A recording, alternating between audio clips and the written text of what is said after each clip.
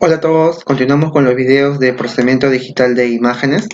En este tutorial número 4 vamos a abordar el tema de la detección de bordes en imágenes a escala de grises, haciendo uso del lenguaje de programación Python y la librería OpenCV. Cabe resaltar que el siguiente tutorial tiene tres objetivos muy importantes. El primero va a ser definir y presentar las herramientas y operaciones matemáticas que se encuentran detrás de las funciones o métodos que la librería OpenCV utiliza, para que lo puedan quizás implementar en otro lenguaje de programación y sin tener que usar la librería OpenCV. El segundo objetivo va a ser en presentar cuáles son las aplicaciones y la importancia de la detección de bordes en la visión artificial, y como último vamos a realizar justamente la detección de bordes en tiempo real, ¿no? Haciendo uso de Python y la librería OpenCV. Entonces vamos a continuar con la siguiente diapositiva. Recordemos primeramente que en una imagen digital estaba representado como un arreglo matricial y que estaba definido de forma que depende de dos variables, y esas variables eran justamente la variable que hace referencia al eje horizontal y la que hace referencia a los ejes verticales. Entonces, de acá pasamos ahora a esta característica muy importante en una imagen, que son los bordes, ¿no? Primeramente, cómo se presentan los bordes y cómo es posible calcularlos. Primeramente, los bordes juegan un papel muy importante en la visión artificial, porque el ojo humano le da un peso importante a los bordes en una imagen, de tal manera que sencillos trazos o bordes van a ser suficientes para yo poder entender qué clases de objetos se encuentran presentes en una imagen. Por ejemplo, tenemos en la parte izquierda una imagen en la escala RGB quizás, y en la parte derecha tenemos ya la misma imagen, pero en este caso con los bordes detectados. Nos podemos dar cuenta que la parte que está a la derecha contiene la información resaltante a los bordes, y solamente visualizando los bordes uno ya puede tener como concepto de información qué cosa está presente en una imagen. La cosa va a ser cómo calcularlos, cómo calcular estos bordes.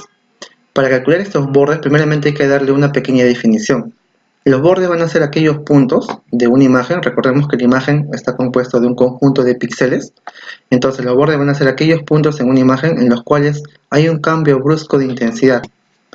Ejemplo de ello, podemos encontrar los bordes en este objeto de esta imagen. Podemos notar que aquellos puntos que se encuentran en el contorno, en las partes que están a su costado, presentan un cambio abrupto en la intensidad de su valor.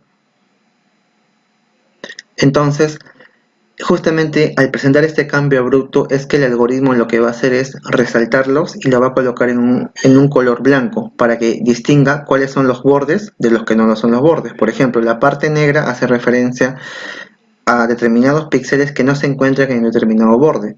Vemos que toda esta región que se encuentra acá, donde está señalando el puntero del mouse, prácticamente no presenta ningún cambio de intensidad. Entonces el algoritmo lo que va a hacer es colocarlo como un color negro, porque no hay un cambio de intensidad drástico.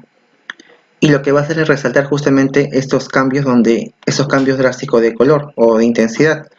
Es por eso de que los algoritmos que detectan esos bordes están basados en un principio muy importante, que es la derivada de una función. En este caso, la derivada de una función la vamos a definir para una sola dimensión.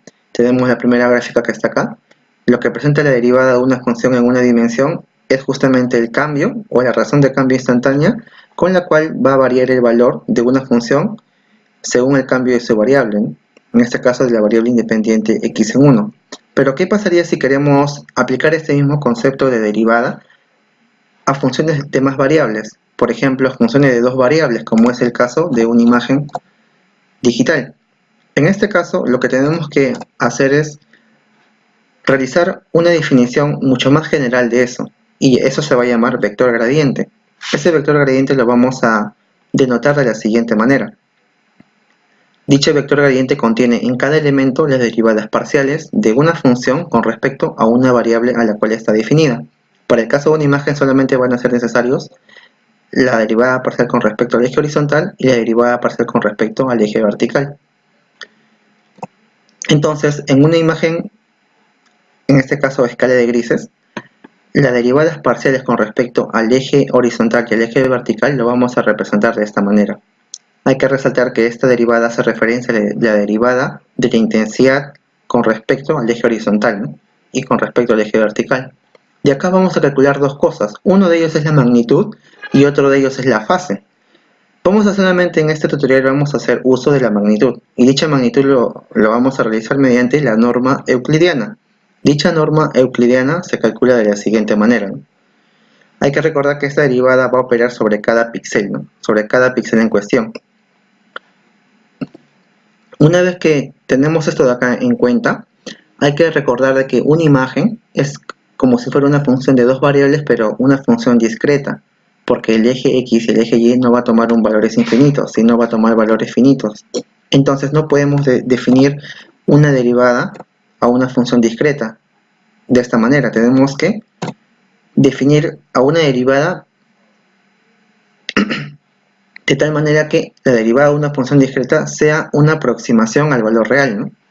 Dicha derivada de una función discreta lo vamos a poder estimar de la siguiente manera. Esta es una forma de poder estimar cuánto es la razón de cambio de una función con respecto a un punto llamado u, sabiendo de que dicha función es una función discreta. Por ejemplo, tomemos el caso de una dimensión, que es la que está en la gráfica que está acá. Podemos ver que si queremos calcular la razón de cambio de dicha función con respecto al punto u, y si tenemos conocimiento de los valores que hay en la muestra posterior y en la muestra anterior, podemos estimar la derivada con respecto a este punto u de la siguiente manera, ¿no? Calculando el valor que está en la muestra posterior, lo resto con el que está en la muestra anterior y lo divido entre la razón que justamente es 2, porque es u más 1 menos este valor me cae que es 2. Una vez que ya tengo el concepto de una derivada discreta, podemos ya pasar a lo que es una derivada discreta, pero en dos dimensiones. Y prácticamente el concepto simplemente es una generalización, porque acá simplemente es para el eje horizontal y para el eje vertical. Una vez que definimos esto, vamos a definir una notación vectorial para todas estas operaciones.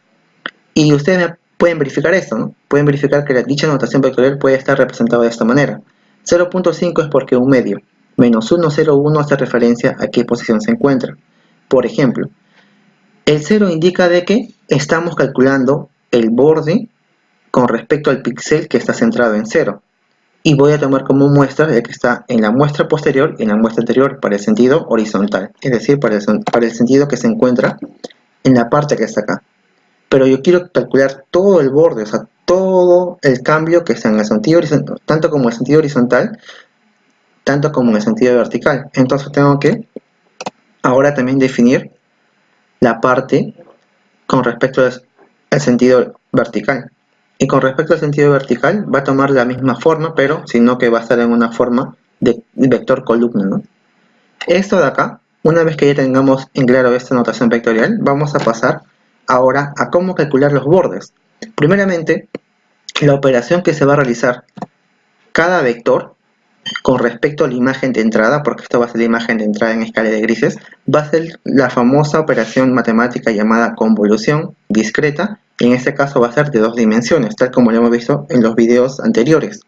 Dicha convolución discreta tiene la siguiente representación, y lo que me va a producir es una nueva matriz que justamente va a obtener el resultado de la convolución que hay entre la imagen de entrada y un kernel. Este kernel justamente es un filtro, o también llamado kernel.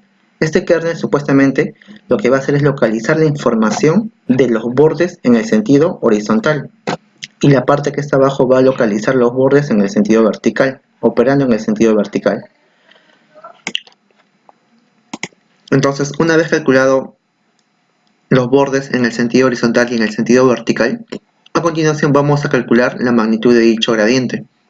Justamente la magnitud de dicho gradiente se lleva mediante la siguiente operación: un valor cuadrático, en este caso del primer término, del segundo término y la raíz cuadrada de todo ello, ¿no? El resultado va a ser un número positivo. Cabe resaltar que todas las operaciones que se van a realizar acá hay que tener en cuenta de que sea en punto flotante. A continuación vamos a ver algunos métodos de OpenCV que me permiten calcular los bordes de una imagen en escala de gris, especificando solamente la imagen de entrada, el tipo de kernel, que en este caso van a ser dos kernels, el kernel que hace referencia al eje horizontal y el eje vertical, que previamente debemos definirlo de la siguiente manera vectorial con la librería NumPy. Vamos a utilizar en este video este método. Para otros videos vamos a hablar acerca del método de Canny, que es un método mucho mejor en la detección de bordes, porque utiliza dos valores de umbrales, un valor mínimo y un valor máximo. Bueno, para este video voy a utilizar simplemente el método que está acá arriba, que es un método también importante porque de alguna u otra manera requiere conocimientos de este tipo, ¿no?, de convolución para llevar a cabo justamente la detección de bordes. Entonces ahora vamos a ir a Python para justamente hacer uso de todo ello. Una vez que nos encontremos en Python, lo que vamos a hacer a continuación va a ser importar las librerías de NumPy y de OpenCV, justamente para poder realizar todas esas operaciones, ¿no? A continuación lo que vamos a hacer es crear un objeto para la grabación, por ejemplo que sea así, y vamos a adquirir las imágenes que me va a dar mi cámara mediante el método read. Entonces con el método de read del objeto que hemos creado adquirimos dichas imágenes y lo que vamos a hacer ahora es un factor de conversión es una conversión, ¿no?, del espacio de color RGB al espacio de color que va a ser en escala de grises. Para hacer eso de ahí tenemos que hacer uso del siguiente método de OpenCV. Y acá está el siguiente método. Este método recibe como argumento la imagen en RGB y utilizamos esta propiedad para justamente hacer el cambio de RGB a escala de grises, ¿no? Una vez que hemos hecho ese cambio, lo que vamos a hacer ahora es un factor de conversión del tipo de dato. ¿Por qué? Porque recordemos que en las operaciones de convolución, como es la raíz cuadrada y el operador cuadrático, los valores que vamos a obtener o que van a ser como entrada no van a ser netamente valores enteros, sino van a ser valores que están en punto flotante o en decimales. Por tal motivo, la imagen que está acá como entrada debe estar en un formato flotante. Justamente para hacer esta conversión vamos a hacer lo siguiente. Entonces con esta línea de código lo que estoy implementando es la conversión del tipo de dato entero a un punto flotante, ¿no?, con el método asType del objeto llamado frame que está acá. Una vez que hice eso de ahí, lo que tendríamos que hacer ahora sería crear los kernel. Para crear los kernel voy a utilizar la librería NumPy, que está dado como np, ¿no? Y acá están los kernel. Este es para el sentido horizontal y para el sentido vertical. Recordemos que este de acá es un vector fila y este es un vector columna. Esto de acá estaba representado en estas operaciones, ¿no? Este es el resultado justamente de la aplicación del filtro que hace referencia a la dirección X con respecto a la imagen mediante la operación de convolución. Este kernel que está acá, sentido horizontal y en el sentido vertical, lo habíamos definido de esta manera vectorial. Justamente esta forma vectorial es lo que estamos colocándolo en la variable justamente que me va a proveer NumPy, ¿no? Ahora, para realizar la convolución justamente del kernel 1 con respecto a la imagen, realizamos la operación de convolución. Dicha operación de convolución lo realizábamos mediante el siguiente método filter 2D, ¿no? Y acá está la imagen, que es la que tenemos que está en escala de grises, y el kernel, que va a ser en el sentido horizontal, como también en el sentido vertical. Entonces voy a tener dos destinos, ¿no? Un destino para el sentido horizontal y un destino para el sentido vertical. Entonces, eso lo vamos a realizar de la siguiente manera. Para hacer el filtrado, tenemos que colocar lo siguiente. La imagen que está en escala de grises en un punto flotante con el kernel 1. Y para el siguiente caso, en el sentido vertical, hacemos lo mismo de la misma imagen que está en flotante y en escala de grises con respecto al kernel 2, ¿no?, que es en el sentido vertical. Una vez que hemos hecho esto de acá, a continuación tenemos que calcular la magnitud. Para calcular la magnitud, tenemos que realizar la operación justamente de elevar al cuadrado ambos términos y luego calcular la raíz cuadrada.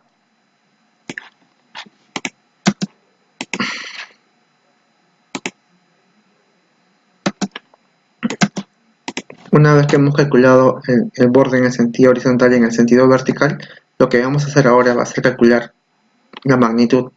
Dicha magnitud lo calculamos de la siguiente manera. Entonces la magnitud lo vamos a calcular de la siguiente manera, ¿no? Simplemente elevando al cuadrado el primer término del sentido horizontal, también del sentido vertical, y luego calculando la raíz cuadrada de todo ello.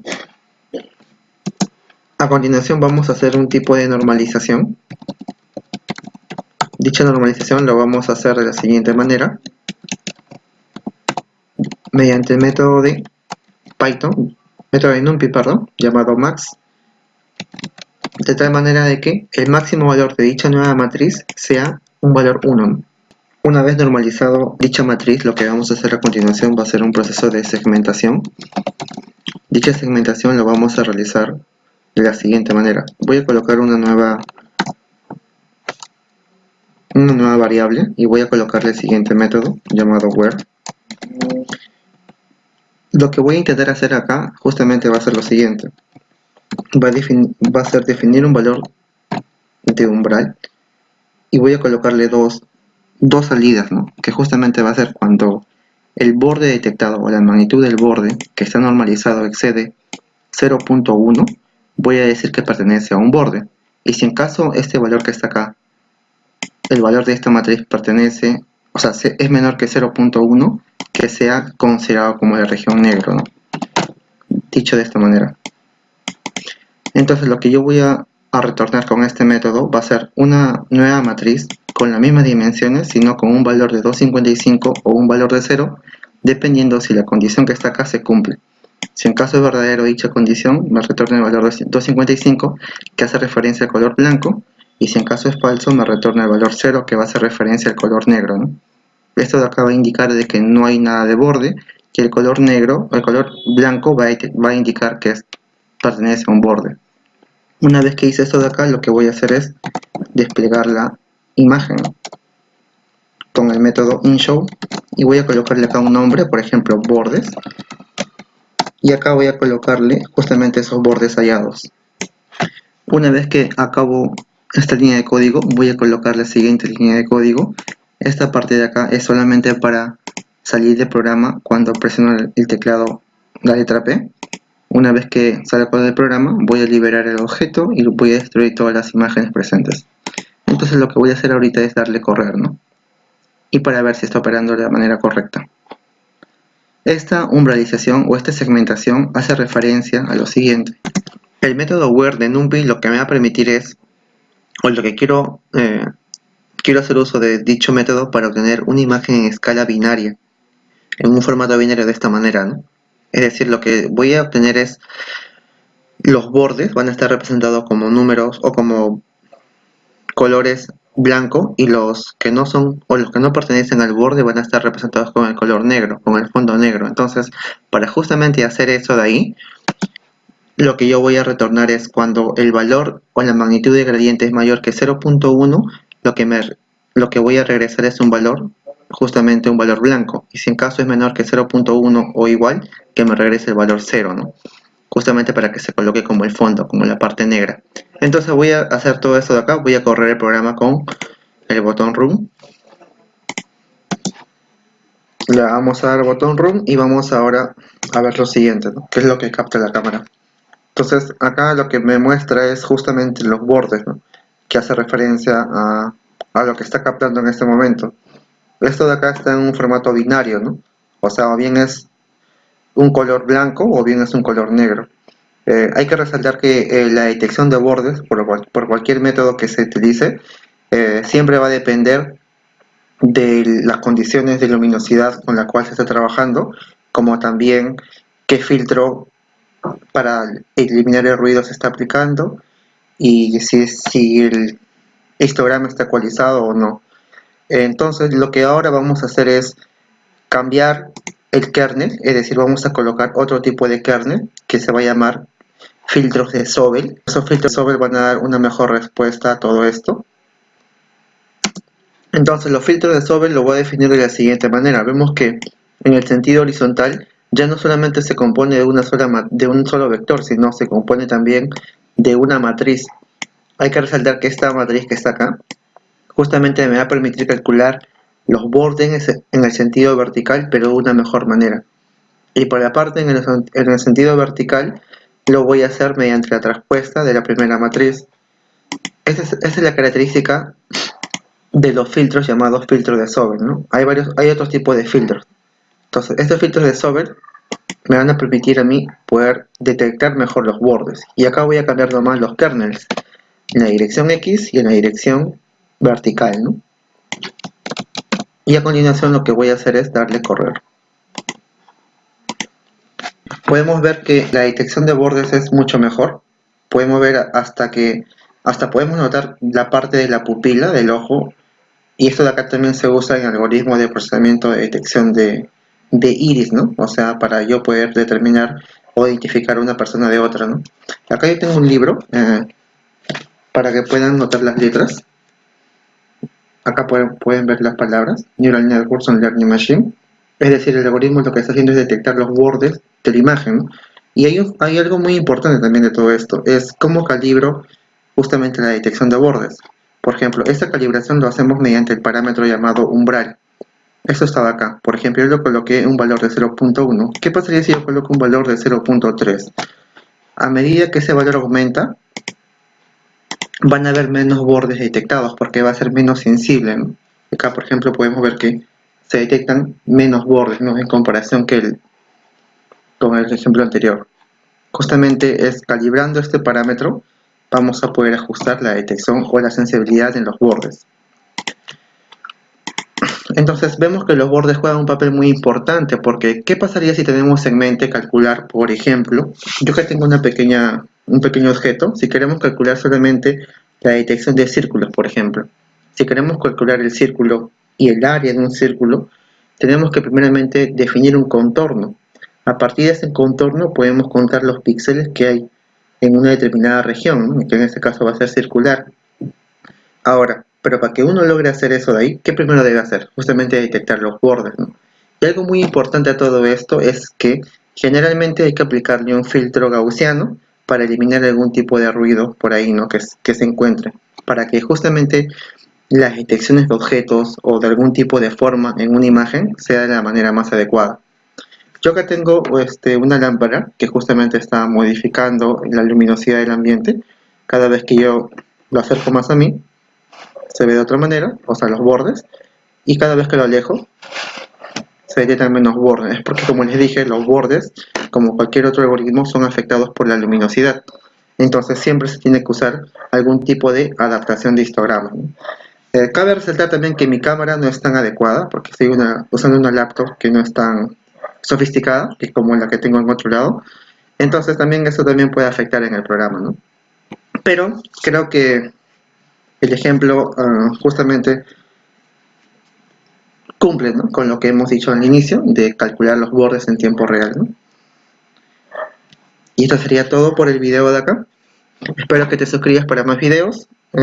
Próximo video lo que voy a hacer es hacer otro tipo de aplicaciones, ya más que nada llevando a cabo todos los videos que he realizado anteriormente para hacer algo más demostrativo, ¿no? Bueno, voy a cerrar la aplicación. Bueno, espero que el video haya sido de tu agrado. No olvides de suscribirte y compartir el video y darle like, por favor. También hago videos de lo que es procesamiento digital de señales en Software Development Lab. También hago uso de la programación de dispositivos controlador de señales, como es un DCP. Este de acá es un dispositivo que contiene un DCP y un controlador PIC de 16 bits. Y como también voy a subir más material de lo que son redes neuronales, ¿no?, que lo uso en este caso en MATLAB. Y también la parte de Python y OpenCV. Bueno, espero tus comentarios y no olvides de suscribirte. Bueno, gracias y los espero para el próximo video. Cualquier cosa me pueden escribir y yo estaré al tanto en lo posible. Bueno, los espero para el próximo video. Nos vemos.